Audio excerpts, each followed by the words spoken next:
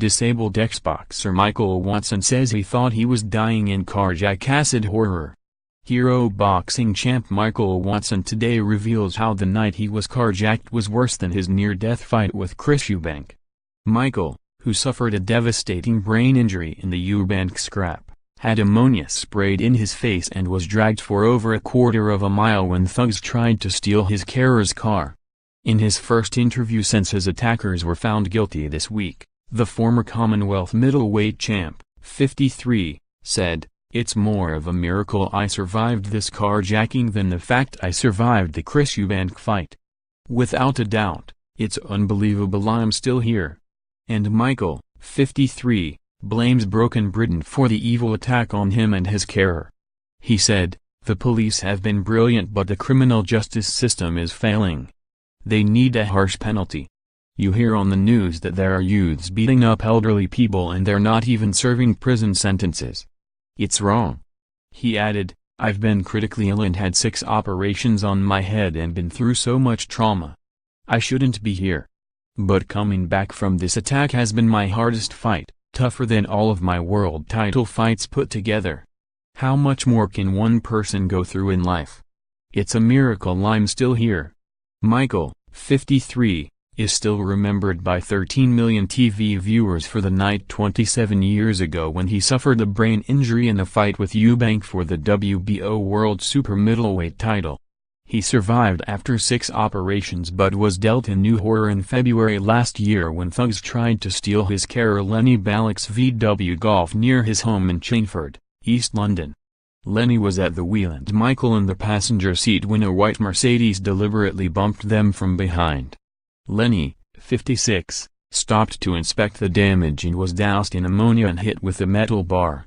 As he helplessly swung punches and writhed in agony, Michael tried to escape.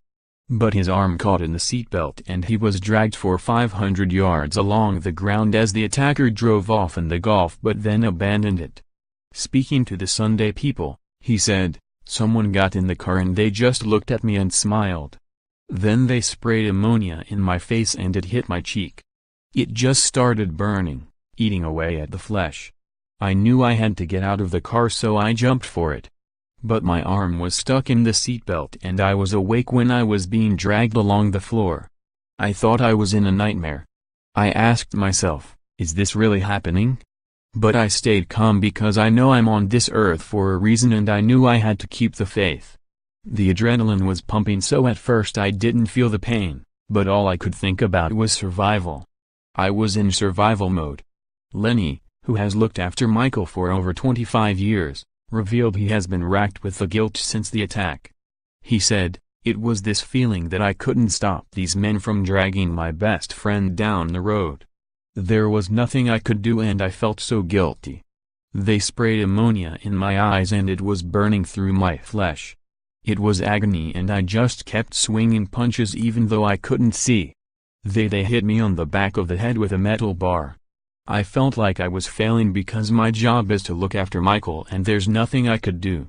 I've been seeing a psychologist ever since it happened." On Thursday Simon Luck, 28, and Paul Samuels, 31, were found guilty of robbing Michael and attacking Lenny with ammonia. They were also found guilty at Snaresbrook Crown Court of another carjacking a fortnight earlier, along with 23-year-old Anselm Lijma. Luck's DNA was found in the white Mercedes used in both attacks but he claimed he test drove it with a friend from college and had nothing to do with the robberies.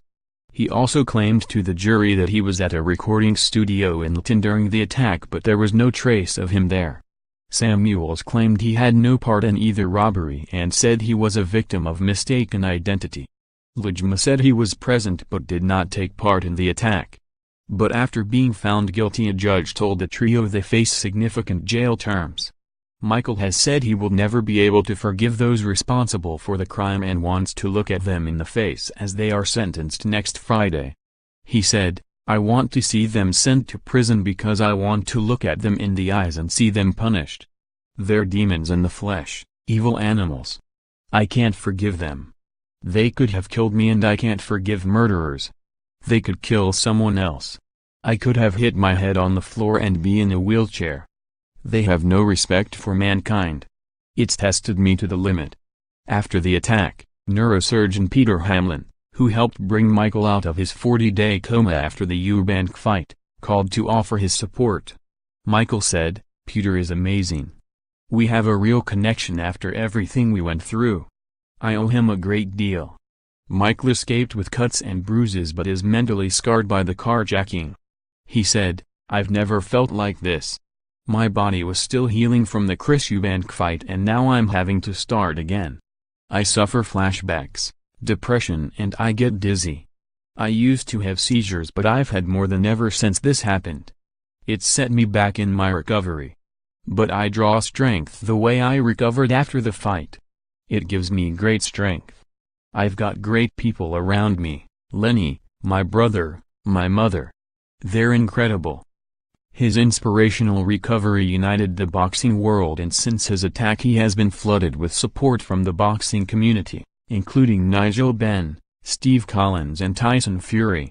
Lenny added, "People have been amazing. Gutsy Michael Watson has spent his entire life defying the odds." Born in London in 1965, his professional career lasted from 1984 to 1991 but the highlight came in May 1989 when he beat Nigel Benn to secure the British Commonwealth middleweight title. He tried 3 times to clinch the world title belt, which included a clash with Jamaican Mike McCallum, but was never able to secure the accolade. In June 1991 at Earl's Court he met Chris Eubank in another opportunity for the world middleweight title. Eubank won by a majority decision of 116 to 113, 115 to 113 and 114 to 114 but there was anger that the fight had been decided on such a tight scorecard. However, during a rematch later the same year he suffered brain damage after the fight was stopped in the final round. There was no ambulance on standby and doctors in dinner jackets were forced to climb into the ring to treat him. Michael required 6 life-saving brain operations, and was in a coma for 40 days. His neurosurgeon Peter Hamlin believed Watson would never walk or talk after a bleed on the brain. After recovering, he was able to see his Lagos completed, the compulsory attendance of an ambulance, paramedics, anesthetist and oxygen at every licensed fight in Britain. Rules were also introduced to ensure the nearest neurological trauma unit is within 10 minutes reach of fight venues, with hospitals informed of promotions in advance. In 2003, he undertook an astonishing London Marathon walk, which took over 6 days and captured the nation. He raised £300,000 for the Brain and Spine Foundation. The following year, Watson was awarded an MBE. His incredible recovery was even made the subject of a film, simply called Michael. In August 2012 he carried the Olympic torch in Trafalgar Square, London, ahead of the start of the London 2012 Olympic Games.